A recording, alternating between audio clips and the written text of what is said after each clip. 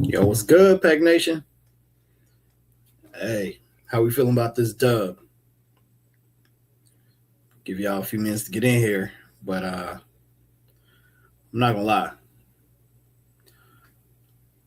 I was a little nervous. That first half, the way the boys came out, just flat and couldn't do anything. We played defense for like 5 straight minutes, which is crazy. Um, yeah, but overall, I do like how Paul played today. I mean, he's back to shooting the way I don't like, but he was consistent in this game.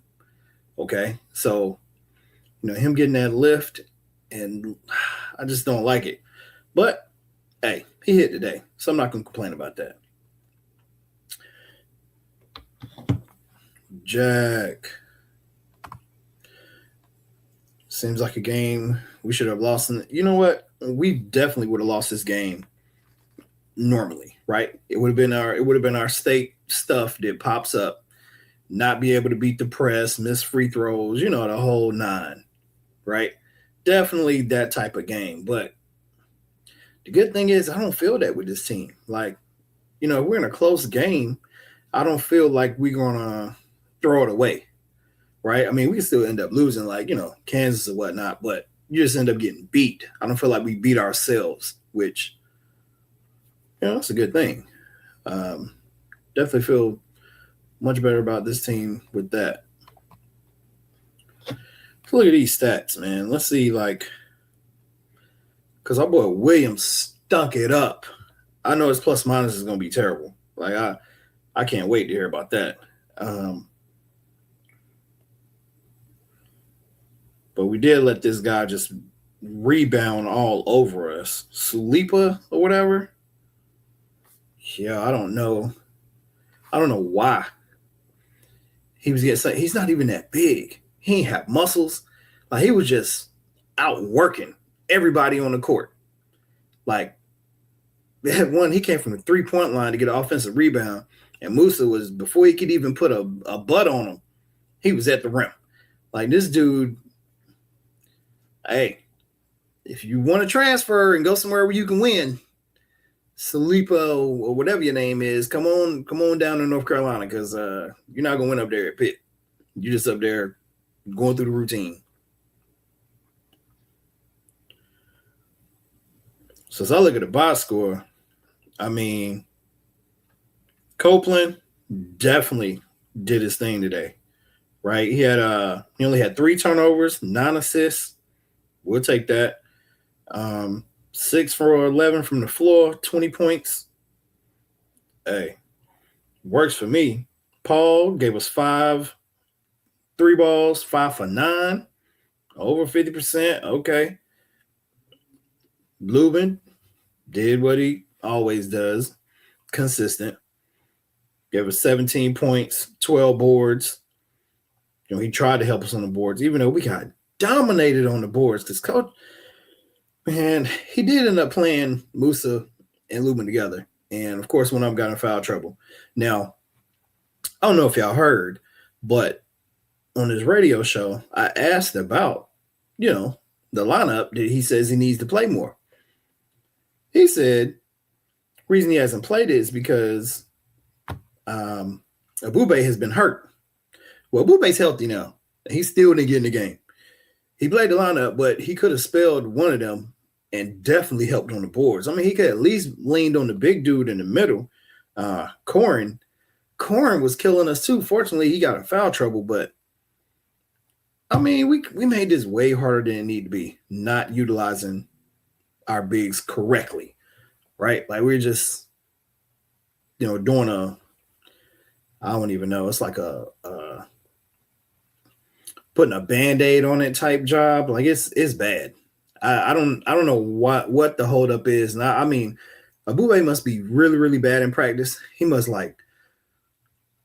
be terrible, because none of it makes sense on why this man can't get in the game for, as Wade says, 4 minutes. He hasn't played 4 minutes since that Southern game. So I don't know where that came from. But Yeah, Jack. We did see two bigs today. And the foul trouble really, held Musa back. But hey, I need him to keep that up because we were getting demolished on the boards. We lost by 21 on the boards. 52-31. Think about that. There's very few teams that can really lose on the boards that much and still get a W. I don't think that says a lot about us. I think that says more about how bad Pitt is, which they shouldn't have been in this game at all. But we let them hang around and think they were going to win. But to get beat on the boards by 21 is wild. If they could just – if Pitt shot a little bit better from the free throw line, they've been in the game. Because they were terrible at shooting free throws. It's wild. Another shout out. So I spoke about Arsenal needing to get more minutes. He only played 17 today. I don't get it. Abel played 24, so he's at least still getting his minutes. But giving those minutes to Holloman, coach, it ain't it. I don't know why we keep doing that. You don't need another ball handler.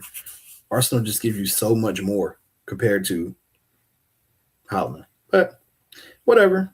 We won. I'm really – Coach speaks about how inconsistent our team is. It doesn't look like the same team that played Clemson, right?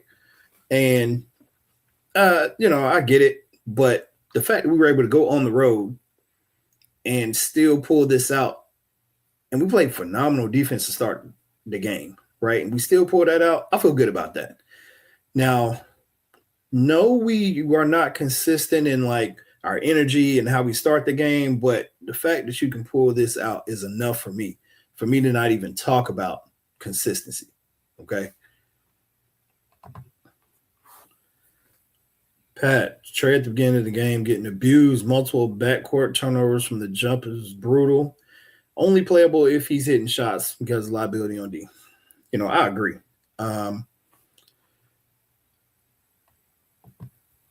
Trey, I don't know what's up with his shoes. He was sliding one game. He gets turned around a lot. Like, he's not locking anybody up. Now, he did get a steal at the end of the game, to help to seal it, where he moved his feet and stripped the guy. But, yeah, I don't know. I feel like, he should play a major part when somebody's in foul trouble, right? Outside of that, I really don't see a whole point of him getting a lot of minutes. I just can't believe he's back starting again. I really thought, I didn't think Bree was going to stay there, but Arsenal is the guy that should be in the lineup if you're not going to play big. Like, I don't know when coach is going to make that minor adjustment, but, maybe he'll figure it out. He keeps saying, hey, Terrence Arsenal has deserved to play more, and he should have played more last game, but he just didn't play him because of the rotation. Second game in a row, he only got 17 minutes. I don't get how he keep making the same mistake. Yeah, so do y'all have any complaints about this game? Like, that's what I want to know. Do you have any complaints at all? I've said my 2 cents, but, I'm going to stop complaining about it because, like I said, we won. My next game, I am thinking that, we should be all right for a little stretch. Let's look at it. We got Syracuse at home, which we don't know what team we're going to get at home, but we'll see. Then we go to Wake Forest. I think we can pull both of those out. So we got an opportunity right now to go on a stretch. We go to SMU. We know we're playing well on the road. Another opportunity. And then Virginia Tech comes to our house. So, if we can start to figure some stuff out, it's possible for us to go on a little run right here. Now I know as Pack fans, we don't want to get our hopes up too much, right? Because we know how this can go, right? We were starting to feel that way, and then boom, Georgia Tech happened. And then now we're back on the roll again, and what's going to happen next? But I feel like the guys deserve for us to be a little bit excited for them right now.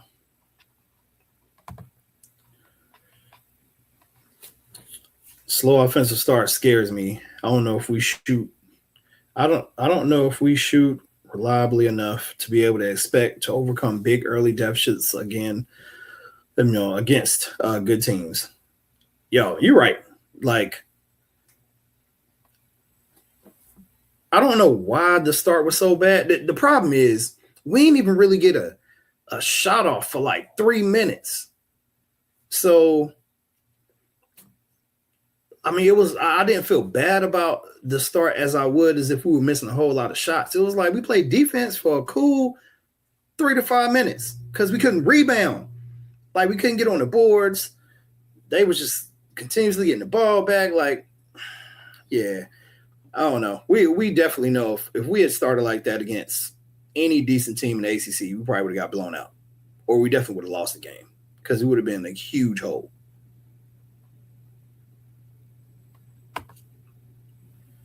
During these less minutes, and I'm good if I don't see Trey Holland anymore. Look, Darian, he stunk it up today. Like, he really did. I felt like when he got in foul trouble in the first half, that's when we sort of made our run.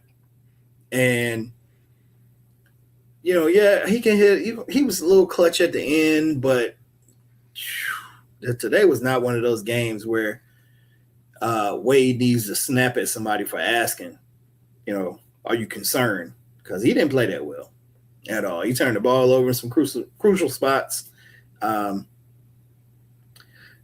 Yeah, he missed a lot of shots. And I liked it. I like him being aggressive. But yeah, today wasn't it. Fortunately, Q held us up and carried his load along with his own. So that's good. Pat Terrence, good minutes after slow start, grabbing defensive rebounds, offensive putback, and still they got Quadir, the fast break, and one was important. Absolutely. Listen, Terrence Arsenal does. If coach wants to tell me that he makes winning plays and it's some stuff that you don't see, in the box score, I can accept that, and I would agree, because I feel though even he didn't have but like 2 points. He does so much. Like, I saw him, attempt to steal the ball, recover.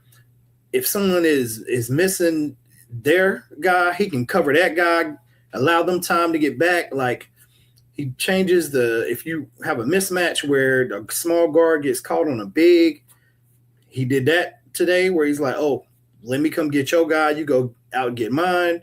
Like, he's just so smart on the court that I don't see why you don't play him like 30 minutes a game. I mean, he's not getting in foul trouble. He's playing great defense. Rebounding, get you second chance shots. Like, yeah, it's frustrating to think we don't play this guy more. I get at the beginning of the year because he was not trusting his body at that point. You could tell he was moving a little gingerly. But now, play this man. Give this man his minutes back. He has earned it.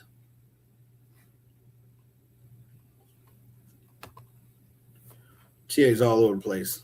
Guards, bigs, too. Yes. He guards everybody, and effectively, too. That's what I love about him. Like, I've said before, you all know, I've been preaching, play two bigs.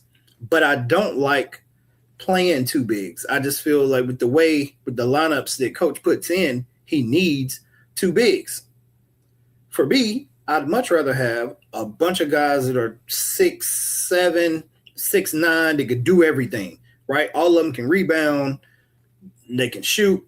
They're pretty much, like a LeBron, or if you got to go taller, Kevin Durant, those type guys that are like really, really functional. Your boy Terrence Arsenal is very functional. I don't see a whole lot of limitations in this game, and he's not really allowed to probably do as much as he can at this point. Now that he is like healthy and trusting his body, I think we need to let him go. Like, take the handcuffs off and let this man cook. What are your thoughts on Paul's development? Has he improved that much, or was it simply not getting opportunity? I think it's a little bit of both, Jack. I think Paul has definitely improved. The game has slowed down for him.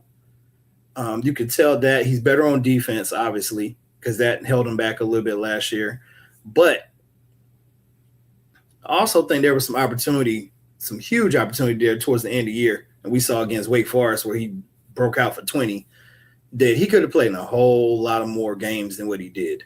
And he could have contributed to that team, because it's not like our team was that great, right? Should have went ahead and played him, let him develop. He would have been far ahead this year. But it's a little bit of both at this point. Did not get the opportunities, and he has gotten a little better. I still need him to work on, other aspects of his game. Like, he had a fast break and tried a little layup, missed it. So he's not that great at finishing at the rim right now. He really doesn't do like the mid-range. It's just three or no three with him right now. So maybe coach wants him to be that specialist, but I think it'd help us out. He's more versatile. What you trying to say, David?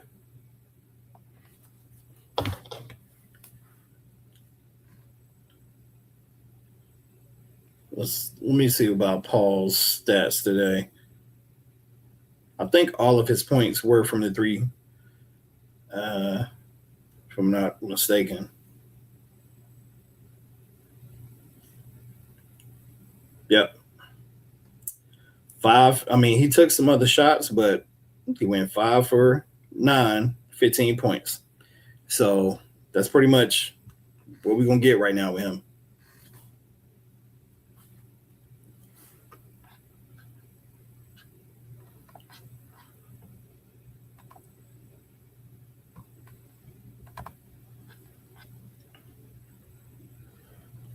I need our team to do defensive rebounding drills at practice. John, do you know what? It looks like they don't, right?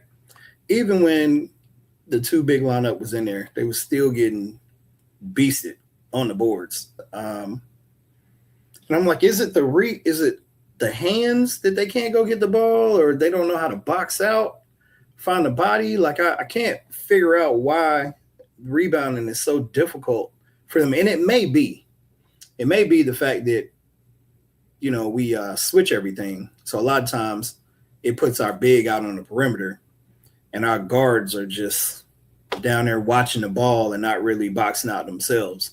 It could be a little bit of that.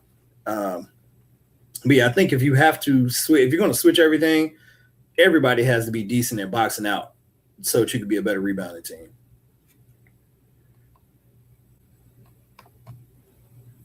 David, we really love to see us establish an inside game instead of jacking up threes when we start out the game.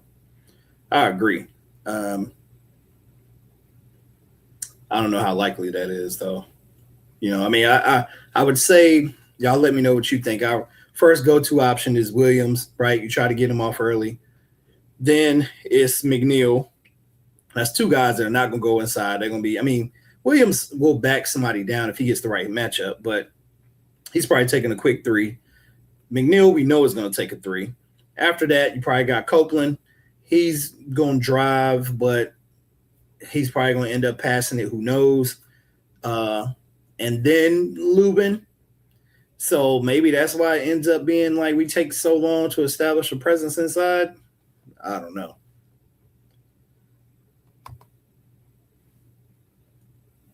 The Pitt team should never be in the game against us. You're right. I felt that same way about Boston College. I told y'all that. Like, I didn't like the win. I felt like we should have blew them out. Pitt, I feel the same way. It should have been a blowout. But, that's me being greedy. I will take the W. But, yeah, Pitt is not – they're not good. So I don't know why we just let these guys hang around. And maybe our team has, like a lot of teams may have, that mentality like, oh, we know we're going to beat somebody, and so they don't play as hard, and they're trying to like turn on another gear late in the game. Um, but yeah, it's going to end up biting us at some point, like Georgia Tech, right? We let teams play with us that should not even be on our level. And I didn't think that was going to happen early in the year when we were beating people by 40. I was like, oh, okay, well, we're going to demolish teams that are not on our level. Well, we haven't done that lately. So we'll see. Pulled away because we found a mismatch, went after it. Why don't we do that all game? You know what? I wanted to ask that question with Coach. Why we don't attack mismatches? I feel like if I ask him that, he's going to say we do and give me an example instead of me getting what I want to know is like why we don't do that all the time. Like Lubin's guy, what's this guy's name? Corin. He had 4 fouls, right? So you could tell at the end of the game, we throw it to him, and he really couldn't do much. And it should have been that way with the other guy who's getting all the rebounds. Anybody in foul trouble, you should attack that. And we don't always do that. It's like, oh, we're going to run our play, run our set to get whatever we want done instead of adjusting to what's happening in the game. I do not know why we do that, but it is aggravating.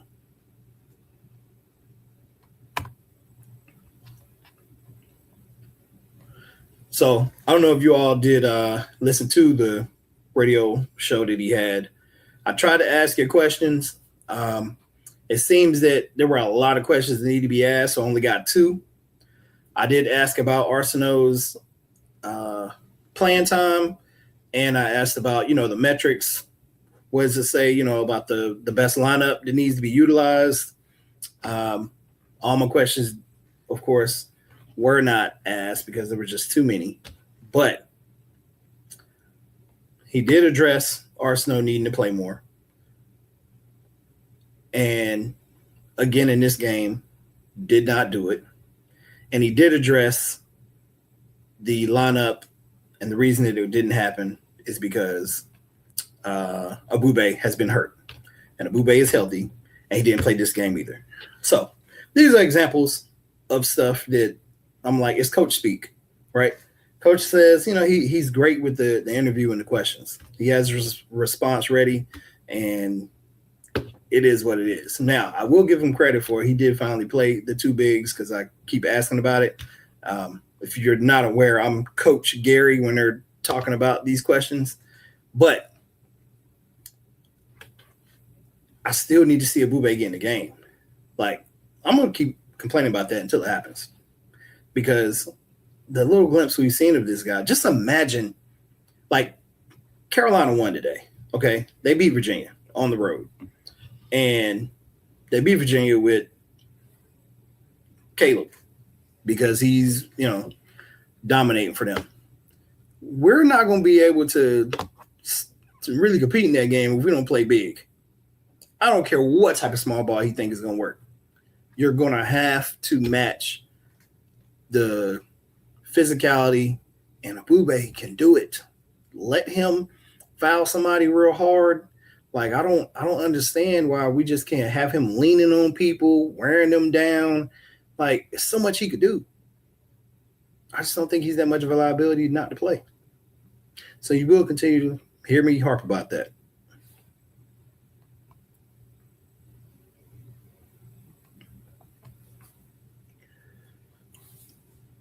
Yeah, so Breed, I had a couple people tell me, Breed is like the he's so important and he should have, he needs to be starting and all this stuff when I was asking for him not to start, right? And now you see he went from starting to getting 0 minutes, right? And Holloman pretty much took this guy's minutes away. He was just playing because of Holloman not being able to play, I guess, at this point. I don't know what, other than that, what has happened. He's healthy, and he's getting these, 0 minute games, DNPs. Like, who knows? I don't see him getting back in a rotation though anytime soon with Abel and Arsenal playing better. He might be sitting over there with a Bube hanging out. Jack, he also said he's going to play only 8 from here on out. Well, I can see that.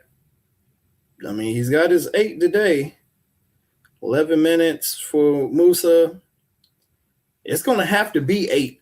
He's going to have to play more than 8. It's going to have to be 9 if he plays the 2 big lineup because he says he needs somebody to spell Lubin. And if he wants to play Musa at the 4. We'll see. But I don't really mind the 8. It's cool. And I've already said I don't really care about Breed not playing. I mean, it's cool, but I'm not a small guard guy, right? If you're a small guard and what happened to Pitt can happen to us. You just take advantage of the small guard, post them up. So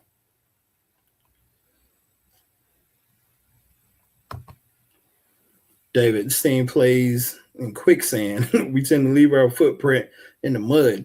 Sometimes I wonder about Copeland's attitude when he just runs over players when he knows it's going to be a foul. Copeland is I keep getting nervous because he's talking to the crowd so much and flexing and all this stuff. I'm like, is he not going to get a tech for that? I mean, he's doing a lot of chirping to people that's not even in the game sometimes. I didn't think he was going to continue to get away with that, but he's getting away with it. The charge he got, that was a little extra. I don't know what he did that for. There's a lot of stuff he do that there's just no logic behind it. I don't know about that guy. But like I said, we know what we have, right? And we got to live with it. Like, much rather have him than have him play against him right now. So, but yeah, for our team, just being in quicksand, it's a couple players that get beat all the time off the dribble. Abel gets beat a lot off the dribble. Trey gets beat off the dribble all the time. And I want to say, like, if they don't allow Williams to body somebody up, he's getting beat off the dribble. They're not very good on ball defenders. None of them. Now, as for playing the passing lane, Abel, I think, is one of the top people we have on our team playing the passing lane. But if you want him on an island just guarding the person with the ball, that's a bucket. I would not want that. I wouldn't wish that on us at all. At all.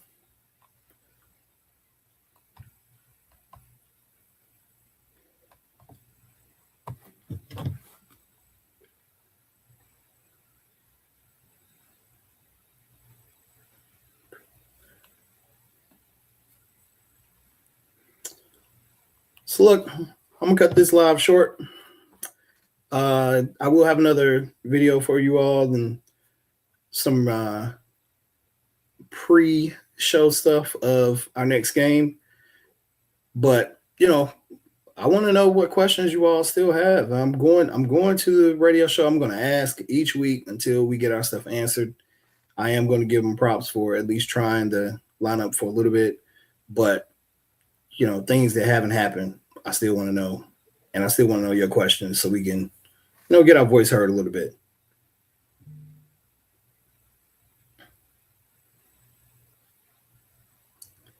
Couple more questions we'll address really quick here. We have to figure out how to help Paul get open more. I think a lot of that is on him, right? Like, he does a lot of running to a space and standing.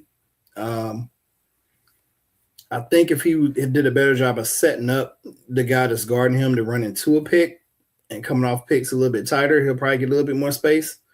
But it's kind of predictable that he's coming off the pick and he's, staying above the 3-point line. If he were to come off of it and go to the rim sometimes, I think that would change a lot. But I don't know that he's going to do that. So we have to see how he's going to start playing that type of thing. Who from the roster this year will be impactful next year? A lot if we keep him.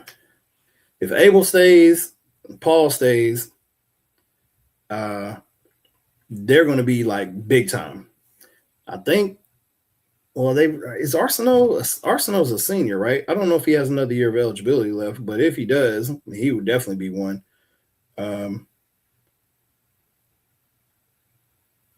Let's see. Yeah, they got him listed as a junior.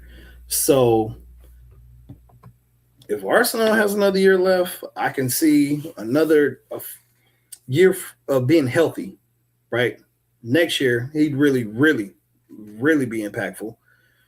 I don't know anything about our guys who are redshirting, and we don't see Langdon at all, right? Like I thought we were gonna get the hype Colt 45 type hype, and even in blowouts, my man barely gets in the game. So I don't know if he may not even be around next year. He might decide to go somewhere else and actually play because he probably thought he was gonna get more playing time than he's getting.